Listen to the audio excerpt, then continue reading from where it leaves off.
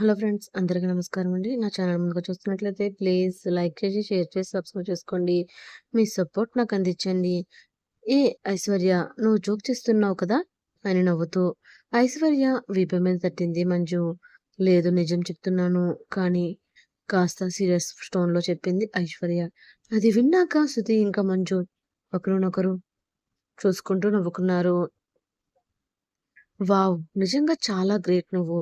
నీ లవర్ కోసం ఇంతకు ముందు చదువుతున్న కాలేజ్ వదిలి ఇక్కడికి జాయిన్ అవ్వవా అని సిగ్గుపడుతున్న ఐశ్వర్య బుగ్గ గిల్లుతూ అడిగింది మంజు. అవును, ఎందుకంటే అతను బయట ఎక్కువ కనిపించడు. మరి అతన్ని రోజు చూడాలి అంటే ఏదో ఒకటి మాత్రం ఉండాలి కదా. ఒకసారి అతన్ని వాళ్ళ ఫ్రెండ్స్తో చూశాను. అప్పుడే నాకు చాలా నచ్చేశాడు. అతను ఎక్కడ ఉంటాడో తెలుసుకోవాలి అని చాలా ప్లాన్ చేశాను. అప్పుడే అనుకోకుండా అతని ఐడి కార్డ్ చూశాను. అందులో అతని కాలేజ్ పేరు చూసి వెతుక్కుంటూ ఇక్కడికి వచ్చాను అని సిగ్గుపడుతూ చెప్పింది ఐశ్వర్య. నేను చూస్తుంటే అతని ప్రేమలో పూర్తిగా మునిగిపోయినట్లున్నావు. ఇంతకీ అతన్ని కలిసావా లేదా అని ఐశ్వర్య మొహంలో మొహం పెట్టి అడిగింది శృతి. లేదు, అతనిని చూడలేదు. తప్ప ఒకసారి కూడా ఎదురుపడి మాట్లాడలేదు. అతను కూడా నన్ను ఒకసారి చూశాడు. మరి ఇప్పుడు చాలా కాలం అయింది కదా. నన్ను చూస్తే గుర్తు పడతాడో లేదో తెలియదు అని కొంచెం డల్‌గా చెప్పింది ఐశ్వర్య. ఏంటి? అతను నన్ను ఒకసారి చూశాడా? అదేంటి?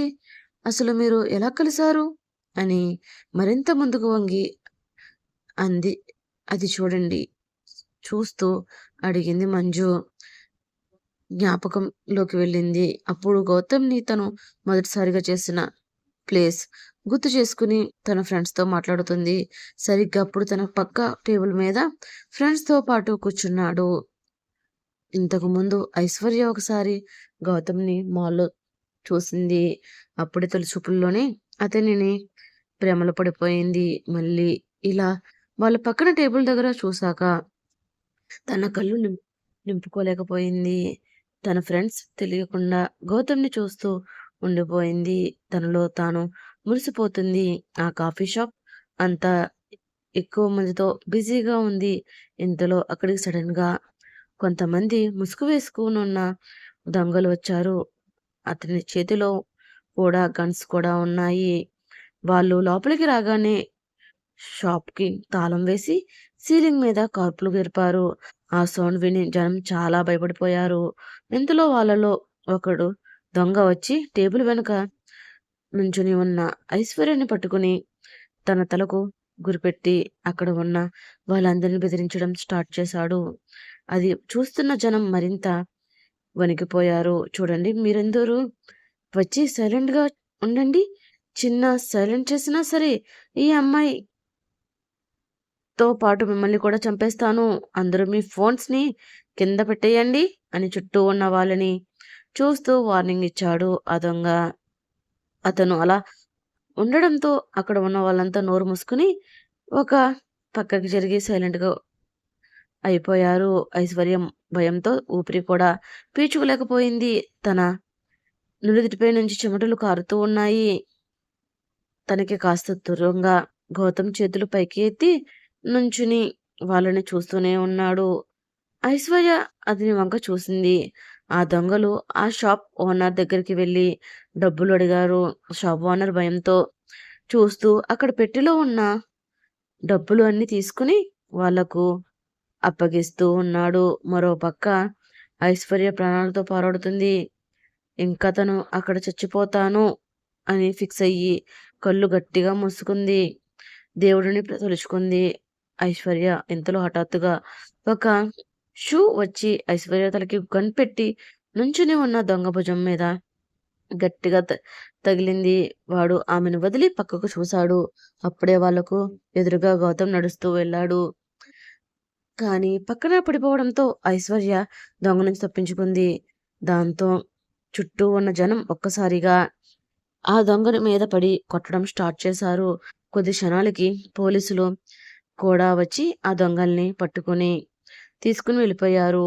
గౌతమ్ ఐశ్వర్య మొహం కూడా చూడలేదు. అతనే టైంకి తన ప్రాణాలు సేవ్ చేశాడు. ఆమె అతని ప్రేమలో పూర్తిగా పడిపోయింది. అప్పుడే అనుకోకుండా అతని మెడలో ఉన్న ఐడీ కార్డ్ అతను ఏ కాలేజీలో చదువుకుంటున్నాడో తెలుసుకొని ఆ కాలేజీలో జాయిన్ అయింది. ఇలా తను గతంలో జరిగిన సంఘటనలు మంజుకి అలాగే శృతికి చెప్పి మెలికలు తిరిగిపోతుంది ఐశ్వర్య. సూపర్ ఐశ్వర్య నీ లవ్ స్టోరీ చాలా బాగుంది. ఇంతకీ అబ్బాయి పేరేమిటి? అని నడుం మీద కితకితలు పెడుతూ అడిగింది మంజు. మంజు ఆగు! నాకు అతని పేరు, ఊరు ఏమీ తెలియదు. ఈ మధ్యనే అతను ఈ కాలేజీలో చదువుకున్నాడు అని తెలిసింది. ఇంకా ఇప్పుడు అతని వివరాలు అన్నీ కొనుక్కోవాలి అని అంటూ నవ్వుతూ చెప్పింది ఐశ్వర్య. అలా ఐశ్వర్య, మంజు, శృతి మధ్య మంచి స్నేహం మొదలైంది. ఎప్పటిలాగే శృతి మంజుకి ఇంకా ఐశ్వర్యకి ఏదో కారణం చెప్పి కాస్త పక్కకు వెళ్ళి గౌతమ్ కార్ దగ్గరికి వచ్చింది. తన బ్యాగ్లో ఉన్న స్టిక్కీ నోట్ తీసి, హాయ్ గౌతమ్, థర్డ్ ఇయర్లోకి వెల్కమ్. ఎలా ఉంది ఫస్ట్ డే? నీ వెకేషన్ ఎలా గడిచింది? అని రాసి అతని కార్ మీద అతికించింది శృతి. అతన్ని చూడాలి అనే ఆశతో ఆ నోట్ని అతని కార్కి అతికించింది. పక్కనే ఉన్న చెట్టు వెనకాల నిలబడి చూసింది. ఇంతలో గౌతమ్ అక్కడికి వచ్చాడు. కారుకి స్టిక్ నోట్ చూసి ఆ అమ్మాయి అక్కడే ఉంటుంది, ఈసారి ఎలా అయినా చూడాలి అని ఆతృతగా పక్కకు చూశాడు. కానీ అక్కడ చాలా మంది అమ్మాయిలు గుంపులుగా కూడి మాట్లాడుకుంటున్నారు. వారిని చూశాక గౌతమ్‌కి ఏమీ అర్థం కాలేదు. దాంతో తను కూడా బ్యాగ్‌లో నుంచి ఒక స్టిక్కీ నోట్ తీసి అంతా హ్యాపీగా ఉంది. కానీ ఒకటి తప్ప అని రాసి దాన్ని పూర్తి చేయకుండానే మధ్యలో ఆపేసి చెట్టుకు అంటించి కారు తీసుకుని అక్కడ నుంచి వెళ్ళిపోయాడు గౌతమ్. ఆ తర్వాత రోజు ఎందుకు అలా ఉన్నావు అని శృతి ఖచ్చితంగా అడుగుతుంది అనే ఆలోచనలతో సగంలో ఆపేశాడు గౌతమ్.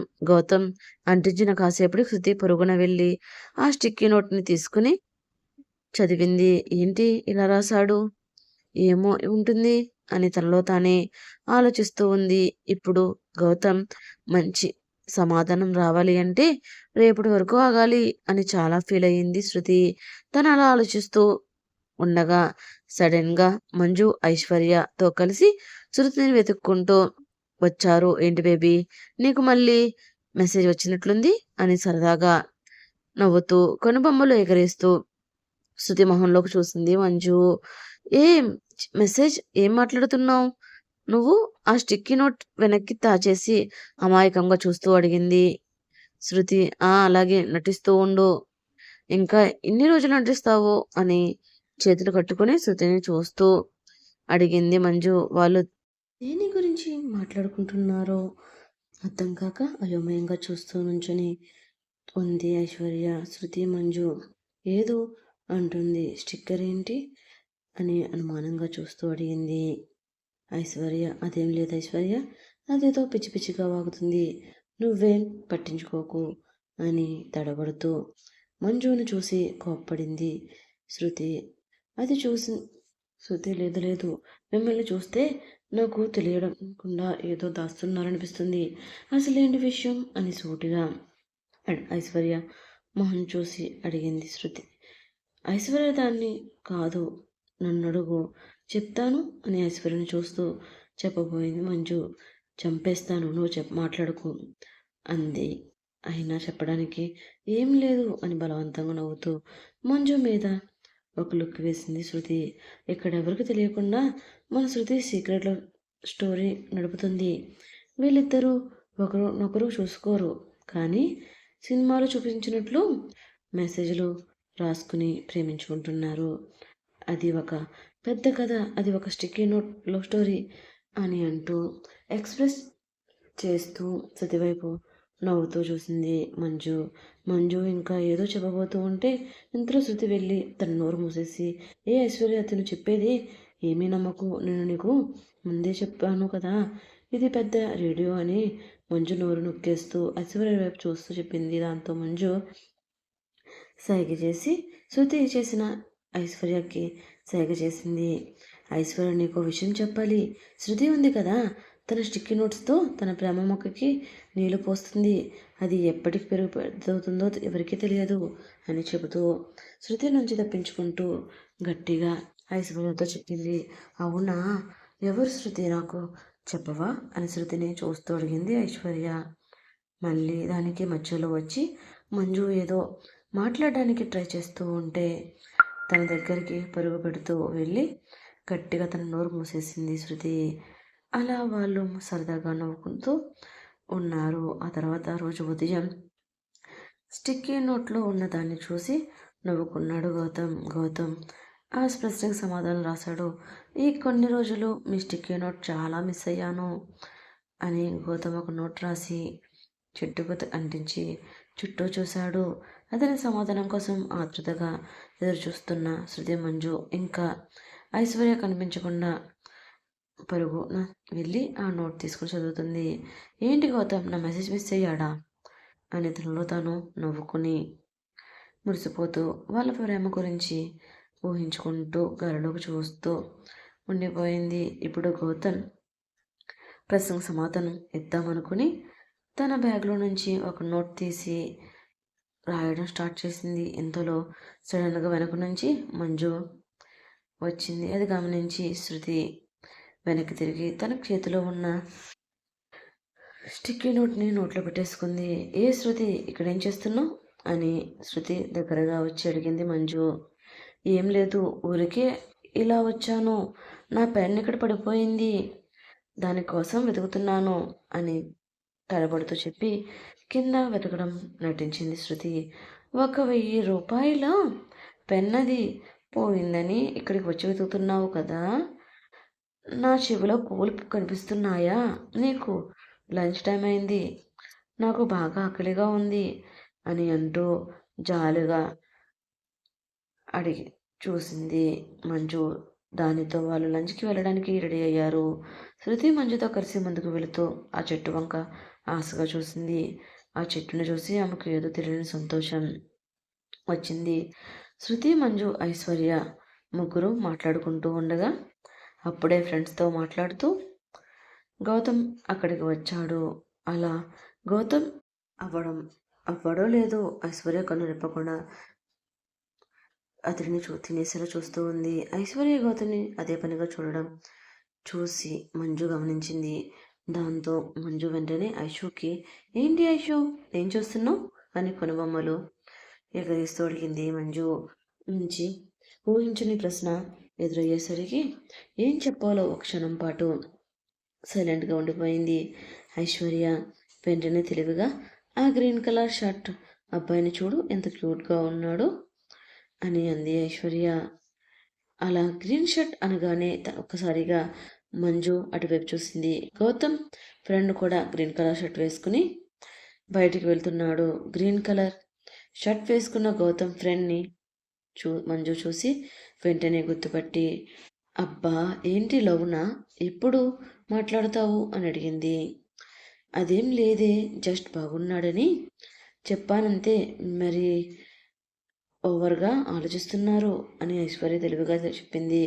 ఆహా అవునా, విన్నావా శృతి, జస్ట్ బాగున్నాడంట, మనం చూసాం కాబట్టి ఇప్పుడు చెప్పింది, లేదంటే దీని పిల్లలు పుట్టాగా కానీ చెప్పేది కాదు తెలుసా ఈ ఐశ్వర్య అని కాస్త వెటకారిస్తూ అంది మంజు. మంజు మాటలకు బదులుగా ఇంకా దిప్పి పడవడానికి శృతి కూడా మాట్లాడడం మొదలుపెట్టింది. అవునే మంజు, నేను అదే అనుకుంటున్నాను, మనం ఇంతలో మాట్లాడుతున్నా కూడా ఇది ఆ గ్రీన్ కలర్ అబ్బాయి వైపే చూస్తుంది, కానీ మనకు ఏమైనా సమాధానం చెబుతుందా? లేదు. ఇప్పుడు కూడా చూడు, మన వాగుడు మనదే, దాని పని దానిదే అన్నట్లుంది. ఆ అబ్బాయిని చూడకుండా శృతి తన చేతులని ఐశ్వర్య కళ్ళకు అడ్డంగా పెట్టింది. కాస్త ఆగండి, నేను త్వరలోనే మాట్లాడతాను, ఇప్పుడు మీరు వద్దన్న వదలకుండా చెప్తాను అని విసుక్కుండేసరికి అలా కొద్దిసేపు సరదాగా మాట్లాడుకుని బయటికి వెళ్ళిపోయారు. ఎప్పుడు లేక గౌతమ్, శృతి వాళ్ళిద్దరూ స్టిక్కీ నోట్ ద్వారా ఎవరికి తెలియకుండా మాట్లాడుకుంటున్నారు. వాళ్ళకి తెలియకుండానే ఒకరికొకరు పాలు నీరులాగా కలిసిపోయారు. వాళ్ళు ఒకరు ముడతలు ప్రేమ కథ వాళ్ళిద్దరికీ తప్ప మరొకరికి తెలియకుండా జాగ్రత్త పడ్డారు. ఇలా రోజులు వెళుతూ ఉన్నాయి. ఆ రోజు ఆదివారం. శృతి, మంజు, ఐశ్వర్య సిటీలో ఉన్న మాల్లో సరదాగా తిరుగుతూ ఉన్నారు. ఉన్న పలంగా ఒకడు వచ్చి చేతిలో గులాబీ పువ్వులు పెట్టుకుని మోకాళ్ళ మీద నిలబడ్డాడు. వాడిని చూసి ముగ్గురు ఒకసారి షాక్ అయ్యారు. వెంటనే మంజు వాడిని చూసి, రే ఎవర్రా నువ్వు, పబ్లిక్ ప్లేస్లో ఎలా ఉండాలో తెలియదా నీకు అని పళ్ళు కొరుకుతూ కోపంగా అరిచింది మంజు. మంజు కోపం చూసి అతడు కొంచెం భయపడ్డాడు. చూడండి, నేను ఇక్కడికి గొడవ చేయడానికి రాలేదు. నేను వచ్చింది నీ కోసం కాదు. మీరు కాస్త సైలెంట్గా ఉంటే పక్కకు తప్పిపోండి. మీ పని మీరు చూసుకోండి. నేను వచ్చింది మీ వెనకాల ఉన్న నా బంగారమైన ఐశ్వర్య కోసం అని సిగ్గుపడుతూ అన్నాడు వాడు. చెప్పేది విన్నాక ఐశ్వర్యకి పిచ్చి కోపం వచ్చింది. ఆమె కళ్ళు ఎర్రగా మారిపోయాయి. ఆమె ఆవేశంగా వాళ్ళని దాటుకుని ముందుకు వచ్చి అతని చెంప మీద కొట్టాలనుకుంది. కానీ ఎందుకో తెలియదు, ఏమనుకోకుండా కామ్గా నుంచుని అతడిని కోపంగా చూస్తుండిపోయింది. ఏమైంది ఐశ్వర్య? నీకోసం ఇంతలా వెతికి నీ ముందుకు వస్తే నువ్వు మాత్రం ముందుకు రాకుండా అలా వెనకాలే ఉంటావు ఏంటి అని అన్నాడు. ఆ మాటతో ఐశ్వర్య కోపం వచ్చి ఈసారి ముందుకు వచ్చి అతని ముందే నిలబడి ఏంట్రా చెప్పు నీ బాధ అని అడిగింది. అయ్యో, అంత కోపం ఎందుకు ఐశ్వర్య? నిన్ను నువ్వు కాలేజ్ మారిపోయావు అనగానే నీకోసం ఎన్ని కాలేజీలు తిరిగానో తెలుసా? చాలా కష్టమైపోయింది. ఒకటా రెండా, ఏకంగా ఎంత టైం పట్టిందో. ఇప్పుడు నీకు ఒక విషయం చెప్పనా? నేను కూడా నీ పాత కాలేజీలో ఉన్నాను. నేను ఎక్కడెక్కడ తిరిగి వెతుకుతూ ఉంటే నువ్వు నా ముందుకు వచ్చి పడ్డావు. నువ్వు నా కోసం పుట్టిన దేవకన్య ఐశ్వర్య అని అతను ఐశ్వర్య వైపు చూస్తూ చాలా ఎమోషనల్గా చెప్పాడు. ఆ మాటలకు మంజు, శృతి ఇద్దరు గట్టిగా నవ్వారు. ఐశ్వర్యకి మాత్రం నవ్వాలి ఏడవాలో తెలియడం లేదు. ఆమె చాలా డల్గా ఫేస్ పెట్టేసరికి మంజు కాస్త ఒక అడుగు ముందుకు వేసి ఐశ్వర్య, వీడికి పిచ్చి అని చెప్పి ఐశ్వర్య చేతులు పట్టుకుని ముందుకు వెళ్ళబోయింది. అలా వెళుతూ ఉండగా వెంటనే అతడు మంచు పట్టుకున్న ఐశ్వర్య చెయ్యి వదిలించి ఐశ్వర్య చేతులు పట్టుకుని ఒక నిమిషం అంటూ అనబోయాడు. అతను అలా చేతులు పట్టుకోగానే ఐశ్వర్యకి చాలా కోపం వచ్చింది. ఇంకేం ఆలోచించకుండా యూ రాస్కే అంటూ అతని చెంప పగలగొట్టింది. ఐశ్వర్య చెంప మీద కొట్టిన తర్వాత ఒక క్షణం పాటు సైలెంట్గా కదలకుండా ఉండిపోయాడు. వాడు తన చేతిలో ఉన్న బొకే కాస్త కింద పడిపోయింది. ఐశ్వర్య, నువ్వు పద, ఇక్కడ ఉండడం అనవసరం. శృతి వాడి వైపు రిస్క్ చూస్తూ ఐశ్వర్యని పిలిచింది. శృతి అలా పిలిస్తే ఐశ్వర్య వెళ్లకుండా, వస్తే నువ్వు ఉండవే, మనం ఇలాంటి వాళ్ళని ఉరికి వదిలిపెట్టకూడదు. ఇలాంటి వాళ్ళు వల్లే అమ్మాయిల జీవితాలు నాశనమైపోతున్నాయి. మనం వెంటనే పోలీసులకు ఫోన్ చేసి పట్టిద్దాం అని అంది ఐశ్వర్య. ఆ మాటకి మంజు, శృతి షాక్ అయ్యారు. ఎందుకొచ్చింది గొడవే అని ఐశ్వర్యని బతిమలాడి తీసుకుని వెళ్దామని మంజు, శృతి అనుకున్నారు. కానీ ఐశ్వర్య ఆవేశంతో తన బ్యాగ్లో నుంచి ఫోన్ తీసి పోలీసులకు ఫోన్ చేసింది. వాడు అది చూసి వెంటనే ఐశ్వర్య చేతిలో ఉన్న ఫోన్ను తన చేతుల్లోకి తీసుకున్నాడు. అప్పుడు అతను చేసిన పనికి ముగ్గురు ఆశ్చర్యపోయారు. వాడు మాత్రం చాలా అమాయకంగా ఐశ్వర్యని చూస్తూ, చూడు ఐశ్వర్య, నేను నిజంగా నిన్ను చాలా ప్రేమిస్తున్నాను. నువ్వంటే నాకు చాలా ఇష్టం. అందరికంటే నిన్ను చాలా బాగా చూసుకుంటాను. ఒకసారి నా ప్రేమను యాక్సెప్ట్ చేయి అని జాలిగా చూస్తూ అడిగాడు. ఆ మాటకి శృతి, మంజులో తెగ కంగారు పడిపోయారు. వెంటనే మంజు, వసే శృతి, పెద్ద సైకో వెధవలా ఉన్నాడు, వీడిని ఇలా వదిలిపించుకోవాలి అని శృతిని చూస్తూ అడిగింది. వాళ్ళు ముగ్గురి మధ్య అంత డిస్కషన్ జరుగుతున్నా కూడా మాల్లో ఉన్న అందరూ దూరం నుంచి సినిమా చూస్తున్నట్లు చూస్తున్నారు. ఒకడు కూడా ధైర్యంగా ముందుకు వచ్చి మాట్లాడలేదు. ఒరేయ్! ఆ ఫోన్ ఇలా ఇవ్వు అని అతని చేతిలో నుంచి ఐశ్వర్య ఫోన్ లాక్కుని, మొహం ఎప్పుడైనా చూసుకున్నావా అద్దంలో? నీకు నేను ఒక అవసరమా? అసలు నేను ఎలా ఇష్టపడతాను అనుకున్నావురా? ఛీ! మర్యాదగా చెప్తున్నాను. ఇక్కడి నుంచి వెళ్ళిపోతే నీకే మంచిది. లేదంటే నేనేం చేస్తానో నాకే తెలియదు అని చాలా కోపంగా అంది.